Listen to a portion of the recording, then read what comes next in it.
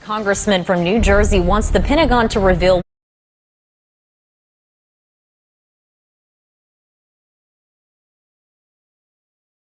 demise. Okay, so you started out here at the hospital, state and federal level. State,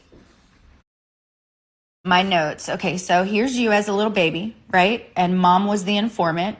Mom had to inform the state that they have a new employee. That's you. The state then issued you a certificate, and it's worth millions because it's chattel paper, right? It's a security bond worth millions. It's a warehouse receipt because think about all the people that were born on that day, right? So it's a warehouse receipt for mom. It's also your estate, your name in all capital letters, right? So then you had to come over here. Mom had to come over here and get the Social Security card. This Social Security card is your trust. This is your estate. The front of your Social Security card has an account number. That's your account to get all your credits.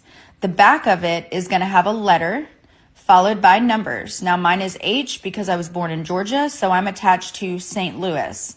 Okay, so I want you to think about all the places that you have had to register or anything like that, right? So mom may have registered you for pre-K or daycare, kindergarten, right? Then you graduated that. Then she had to register you for middle school.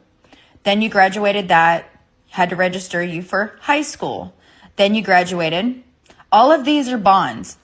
Everything that you've done. College, you got another bond. Military, you got another bond. They're all certificates. Certificate of marriage, certificate of divorce, birth, death, okay? Here's other things that you registered for that are also going to put you in their jurisdiction. So when you register for anything, you're telling them that you're part of their jurisdiction. Pre-K to kindergarten, college, military, driver's license, employment. Okay, the employment is your W-4. You essentially also got a W-4 when mom registered you because she's the informant. She's the one that informed the state of a new employee. So now you're in their system.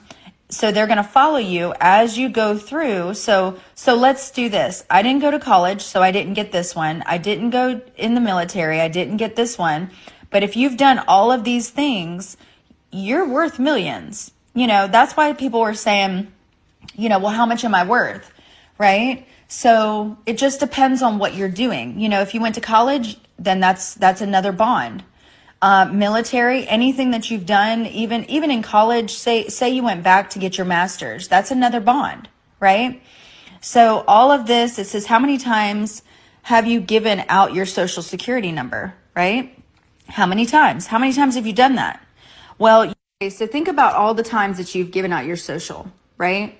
So over here, this is a perfectly planned demise. Okay, so you started out here at the hospital, state and federal level. State and federal level, right?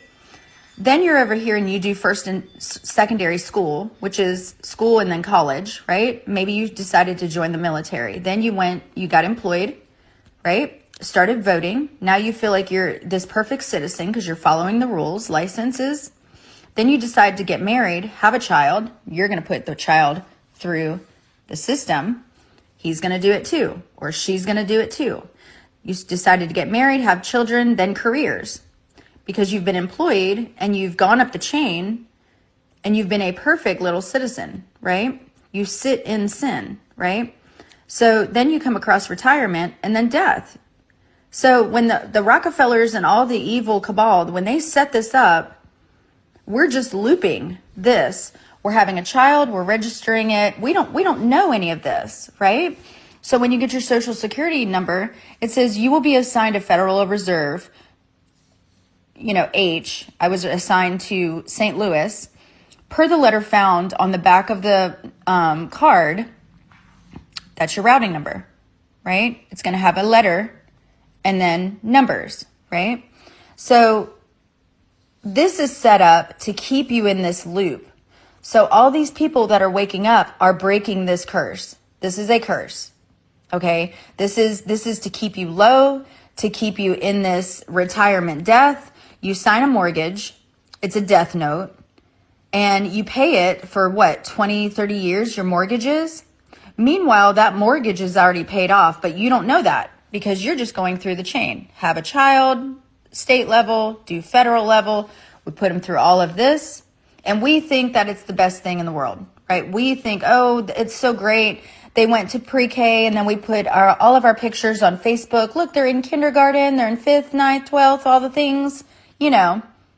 So, yeah, it's a really evil plan that we have all fell for. But I do honestly think that the people that are waking up to this are going to break the generational curse for the new kids and the new babies that are coming. Even if you have a child that is between the age of 18 and 25, you can actually go into the Social Security office right now and change their status to beneficiary. Like right now, I'm 50 years old, so it's taking me a lot more hoops to jump through. But if your kid is between the age of 18 and 25, you can walk in there right now and change the status. That way they will be the beneficiary of the estate. Hey guys, so let me show you my notes. Okay, so here's you.